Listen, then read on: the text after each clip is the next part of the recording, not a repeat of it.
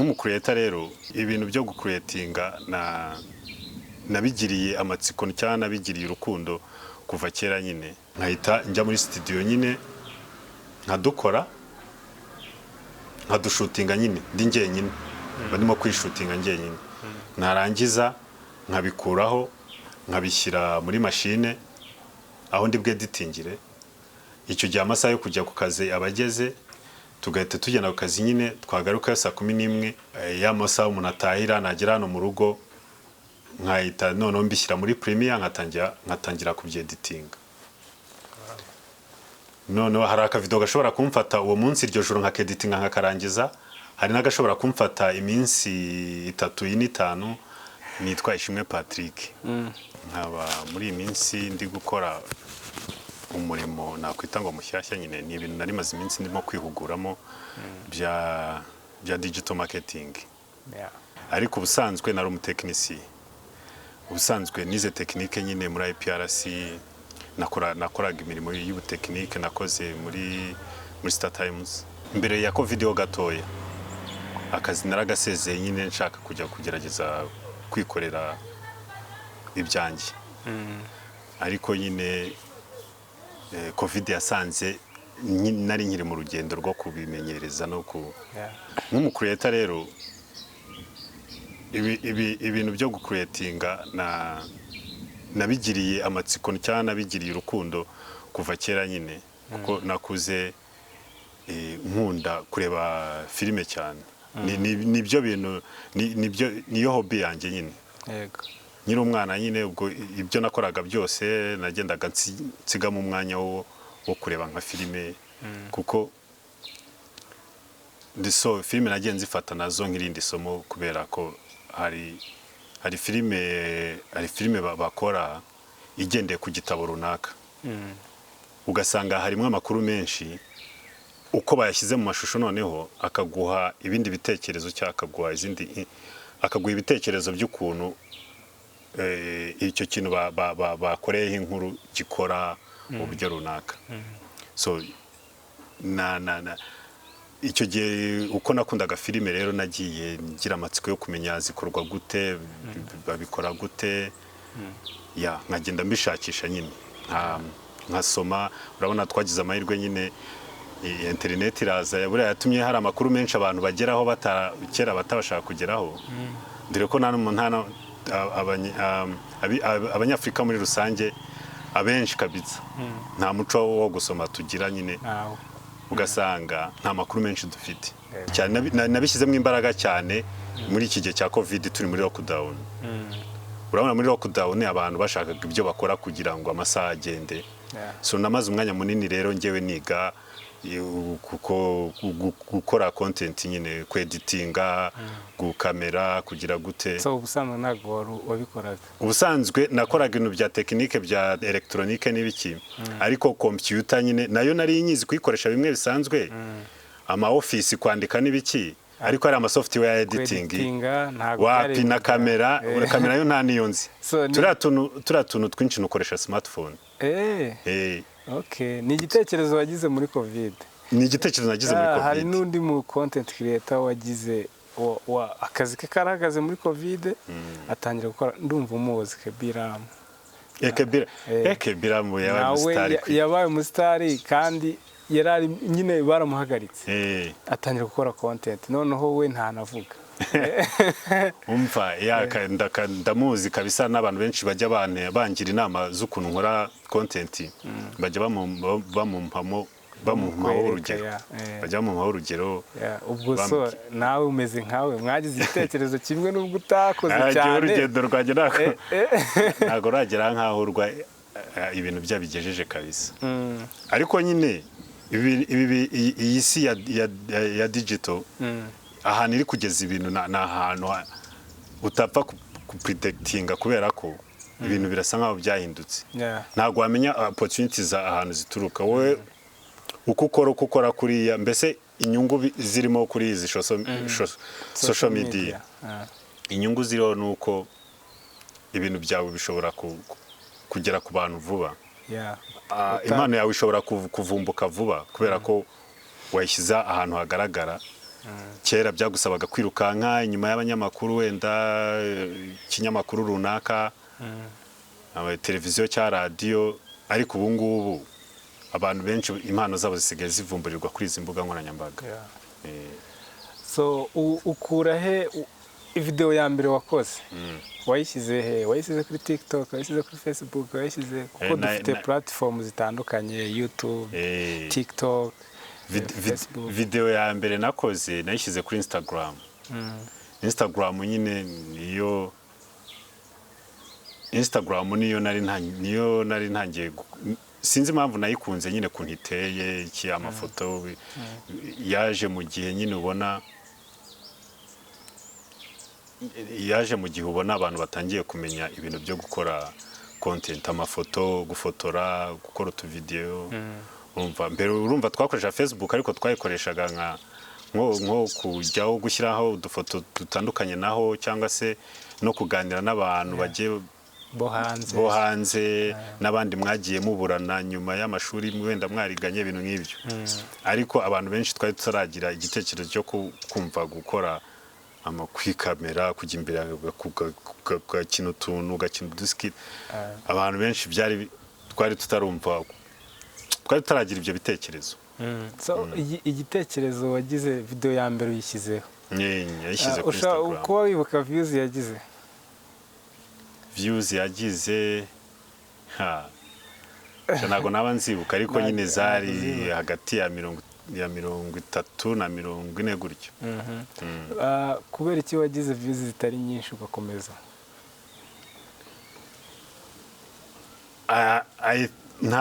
I think ibintu byanjye ntabwo mbikora ari ukuvuga ngo wenda ngo ndabye expectingamo ntuza ama views. Mbikora kuko numva mbikunze, noneho nkavuga reka documenting utu tuntu nkora ngire platform ntushyireho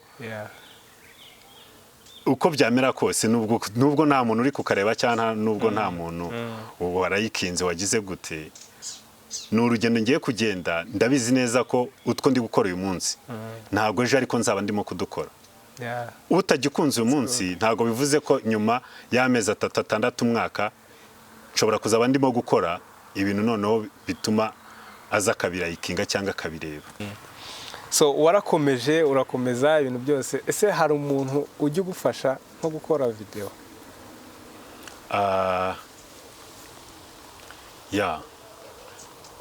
Umuvandimwe tubana hano wogo nakubwiye nyine dukorana ibintu bya digital marketing. Rimwe na rimwe nyine niwe umfasha akama ibitekerezo, ariko we nta mwanya abona cyane wo kuvuga ngo aze mfashe mu buryo buri tekinike. Ariko nyine kuma ibitekerezo nko iyo nanditse agascript k'ikintu ngiye gukora, turicarana nyine tukaka reviewinga tukareba akama ibitekerezo byuko nabangakoze. Urumva aramfasha mu buryo bwa script. Hanyuma nkagenda, hanyuma nyine nkajyaho ngomba kubikorera, nkashyira telefone hariya, nkajya muri field nyine yaho ngomba kuba ndi nkikamera ariko nkurikije script namaze gukora. Ubona bigoye gute gufata kamera ukagenda ukikamera ukakanda record ukongera ugasubiramo dusharing ubuzima kuntu babumeze nyuma yo kugira idea wamaze kwandika script? Ubundi nabonye ni umurimo utera ubunebwe. Noneho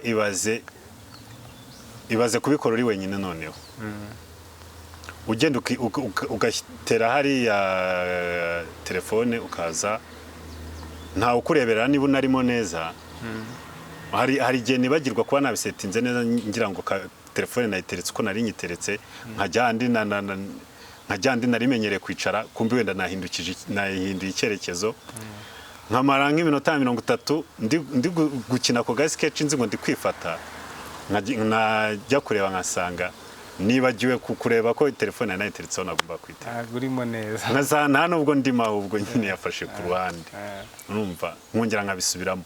Nkumva ebana hari n'igihe mba numva nahita mbireka ngubwo si ibintu. Ariko kubera ubushake numva mbifitiye nyine no kunumva mbikunze. Ukikaruma nyine ukongera ukagasubiramo. Ubundi igitekerezo cy'aka video ndi bukore akenshi nkunda kukigira nijoro mbere yo kuryama uko nyine nari nsanzwe nkunda gusoma no kwandika ariko nyine atari ibintu numva ngo nakora atari ibintu numva nagira umwuga cyangwa nakora ariko gusa ya masaha buri ku buriri utaragira ibitotsi byo kuryama nabaga mfite nk'igitabo cyangwa igitabo ndimo gusoma cyangwa se igitabo cyo kwandikamo cyo gushushanyamo nshushanya utuntu cyangwa se nanandika utuntu ntazi udutekerezo twari two twose nandika rero aho ngiriye igitekerezo cyo gukora content muri iki gihe cy'ama lockdown niho natangiye gutekereza guhuza ibyo bintu byose dutekerezo mba nandika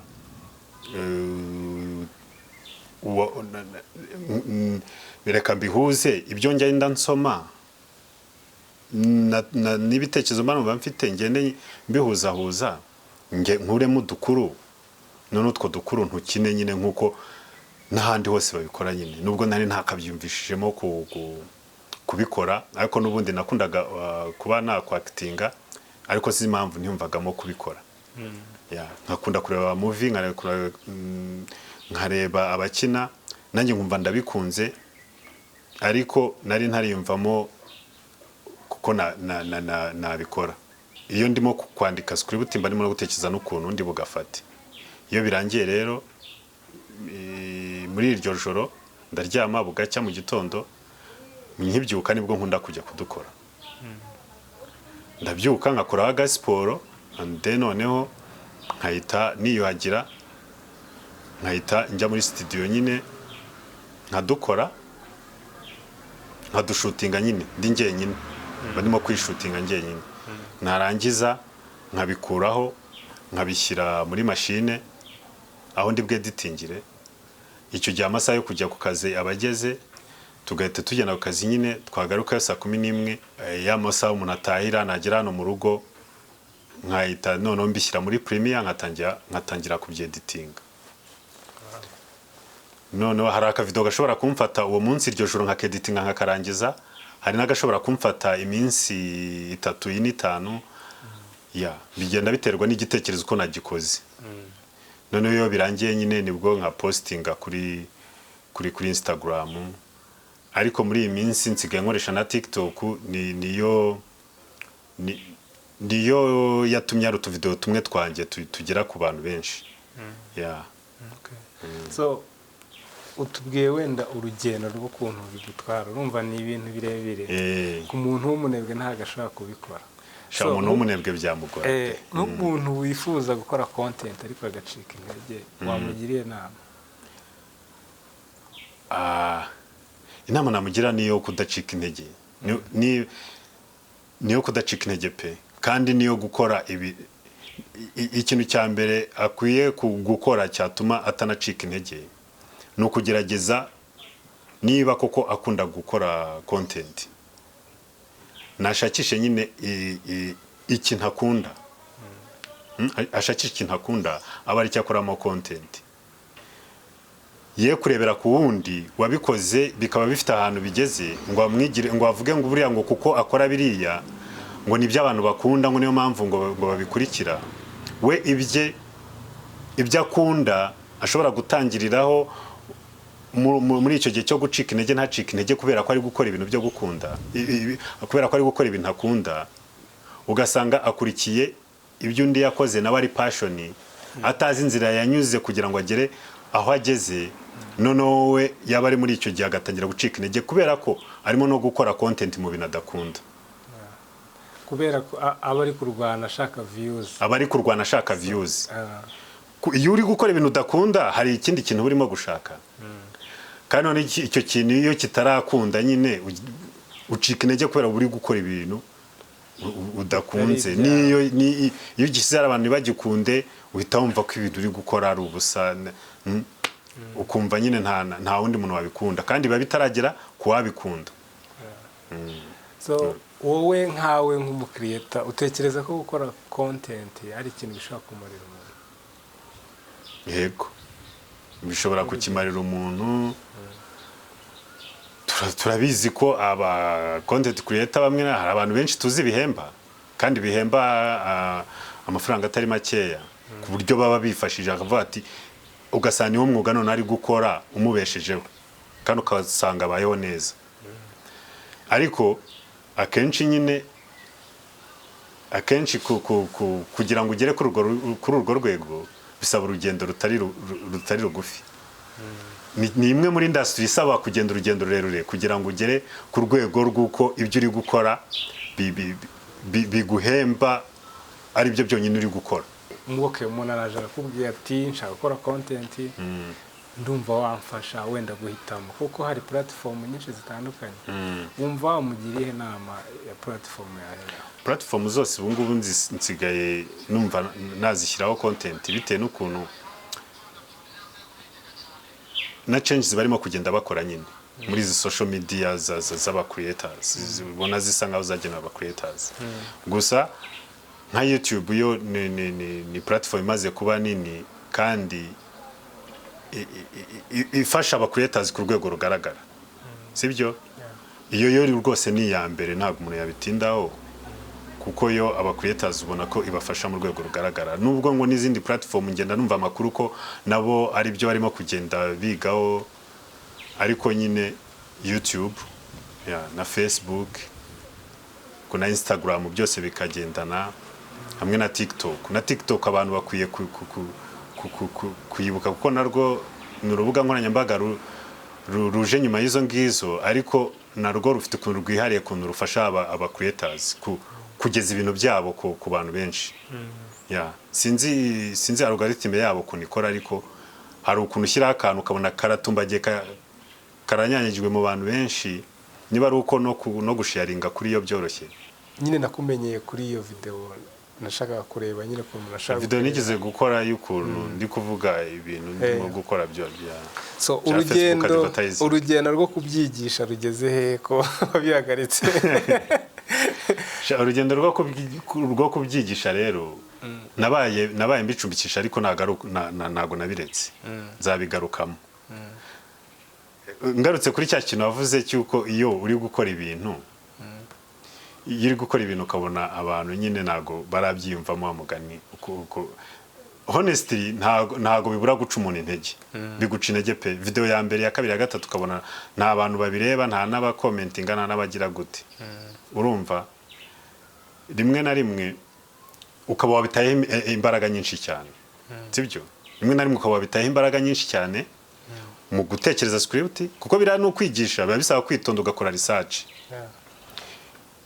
None izo mbaraga no wajya kora ukabona abantu nka Bakabi nyine bamugani yikora utuntu nk'utu ariko tuse tumugeza ahantu kure cyane, bakavuga ati ariko ugatangira gutekereza wagerageza gukora utuntu nanjye abantu benshi bibonamo, abantu benshi bibonamo nyine dukura amaso y'abantu tubamara irungu tugira gute, atari bya bintu bibowaringa byo kwigisha birabowaringa. Ahubwo none wowe nkatangira kwiga ukuntu na creating utuntu turi mu afani, ariko tunasiga message. Tunasiga message kuko ndimo gutekereza ko ukurana bikoraga ndashaka kuzabigeza ku rwego rwo kuvuga ahubwo reka njye mbikoramo story, mbikore mu nkuru, mbitambutse mu nkuru, atari ukuvuga ngo ngiye kubipresentinga. Nkuko njya mbibona ku ba creators bo muri Hollywood bafata movie, bafata ikintu bashaka kwigisha nk'abaturage bakagishyira muri story, kigatambuka ukumva isomo uraryumvishe neza, ibintu wanajyari ukabyapurika, ariko nyine wanabyenjoyinze kubyumva no kubireba.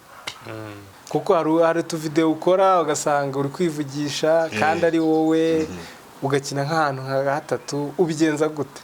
Ni ihe ntuze iri hari ko udafite impanga ko ari we wenyine, ubigenza gute? Abantu benshi rero bajya bana commentinga ukuntu rero nkina amarora atandukanye mu ka video kamwe, nkikoramwe abantu barenze umwe, nkoresha uburyo bwa green screen.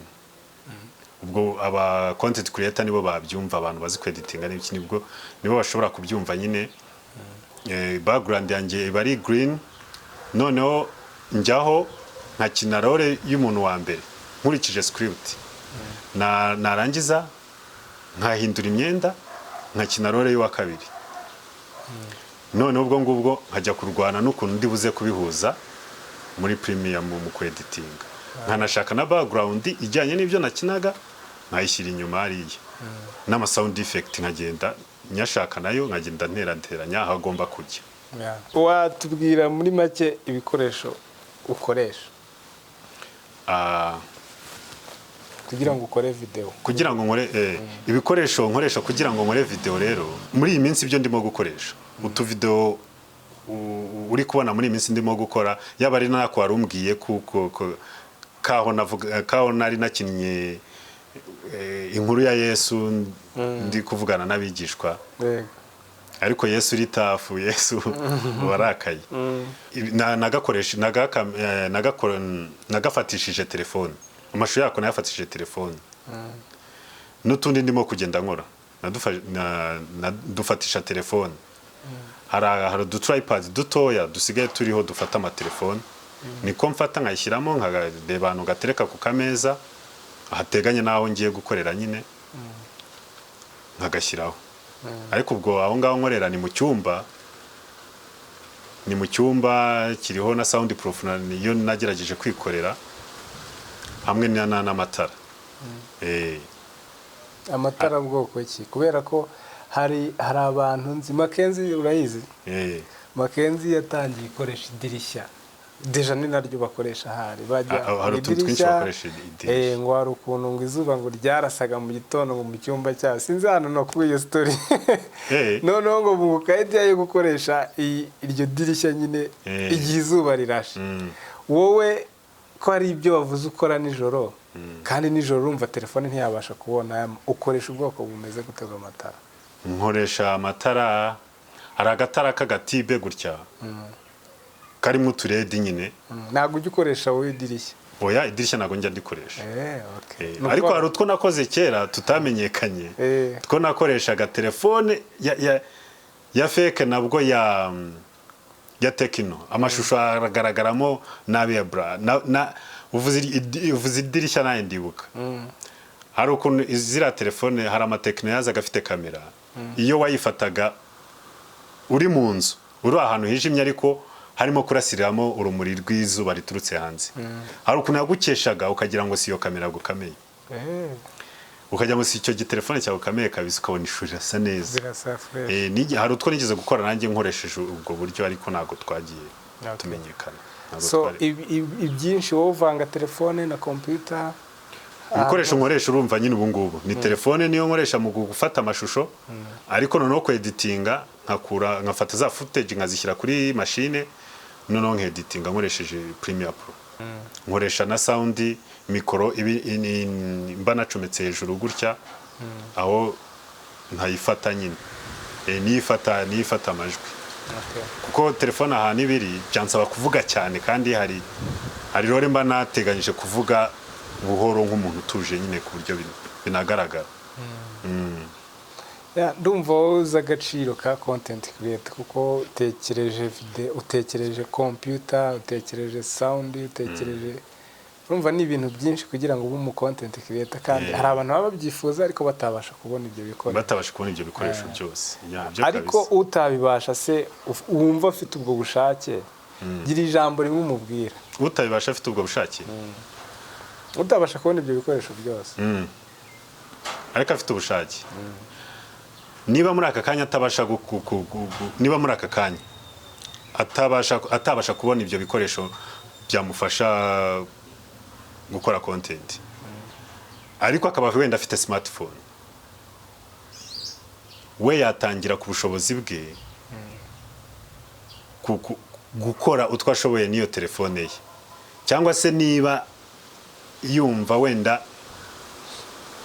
atiyumva mu kuvuga se ndavuga ibikize atiyumva mu kwishakamo content yakora cyangwa n'iki aho yumva yakwifuza gukoresha ibyo bikoresho gufata abantu gufotora kugira gute ariko batagaragara imbere ya kamera nabwo yakomeza yashobora gutekereza ikintu yakoresha iyo smartphone ashobora kujya fotora udufoto yiga cyangwa se ikindi kintu gikomeye ahubwo noneho nanababwira igihe cyose baba bafite utabashije kubona ibyo bikoresho n'ubundi ubwo wenda abona na data mu buryo bumugoye ariko igihe yazibonye igihe arimo kureba kuri social media kuri Instagram kuri Facebook n'ibiki ajya no kuri Google asacinge arebe n'amavideo afite ibinamwigisha sibyo arebe n'amavideo afite ibinamwigisha yige atangire ashakishe nawe ibintu yakwiga atazi yongera ubumenyi noneho uko arushaho kugira ubumenyi niko azagenda ashakishwa n'ushobora kuba afite ibyo bikoresho akeneye umuntu umufasha kuko ibintu bya content creation byanze bikunze kugira ngo ugire uru rugendo rwawe rukomeze ugomba kugira abantu mufatanye kuko ushaka gukura ntago ibintu ntago urwego wari uriho ugishaka kugaragaza impano yawe ntago ari ukomeza kugumaho uko bikura niko ukenera abantu bagufasha niko rero udafite ubushobozi bwo kugura ibyo bikoresho ariko akaba afite uko yagera kuri internet ashobora gukomeza kwagura skills kuko byanze bikunze hari aho azakenerwa no gushaka kumenyana n'abo bantu nyine bari mu byo ashaka kugerageza gukora nabo ukuntu bagenda bagufasha. So urakoze Patrick kuduha umwanya wawe ukemera kutuganiriza ubwo urakoze cyane.